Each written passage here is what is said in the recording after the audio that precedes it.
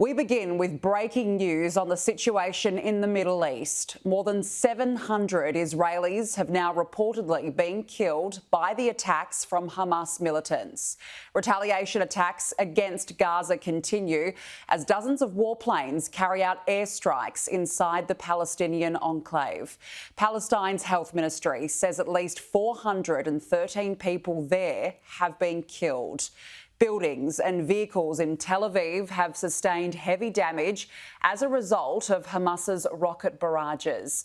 A growing number of flights in and out of the city have been cancelled or diverted as a result. John Sparks begins our coverage. The destruction on display in Israeli cities has come as a terrible shock to residents. Here in Tel Aviv, rockets fired by militant group Hamas slammed into apartments and residential streets.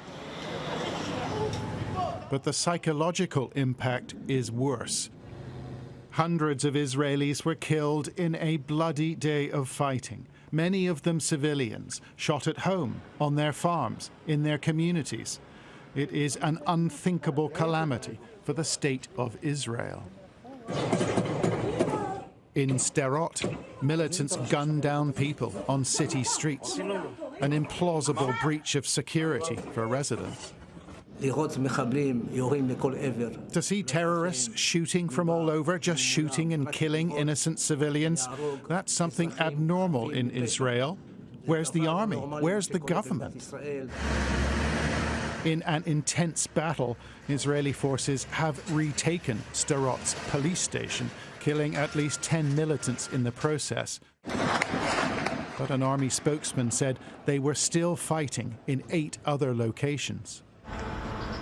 Israel's defense force has recalled 10,000 reserves, many now operational in southern Israel.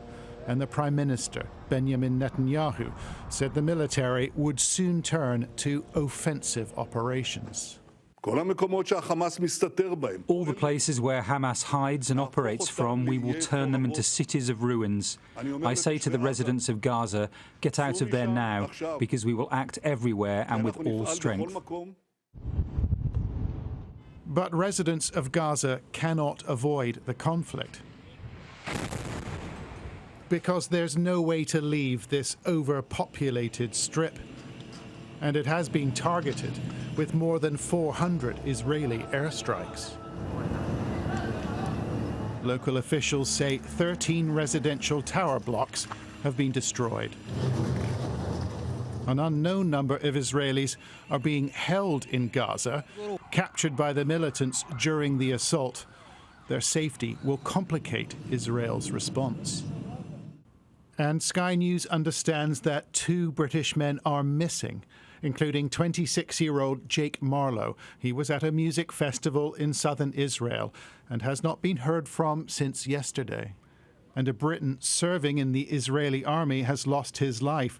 20-year-old Nathaniel Young from London was killed on the Gaza border, according to his family. The Israeli Prime Minister warns of a long and difficult war, with an armed incursion into Gaza considered likely. The prospect of peace looks dim.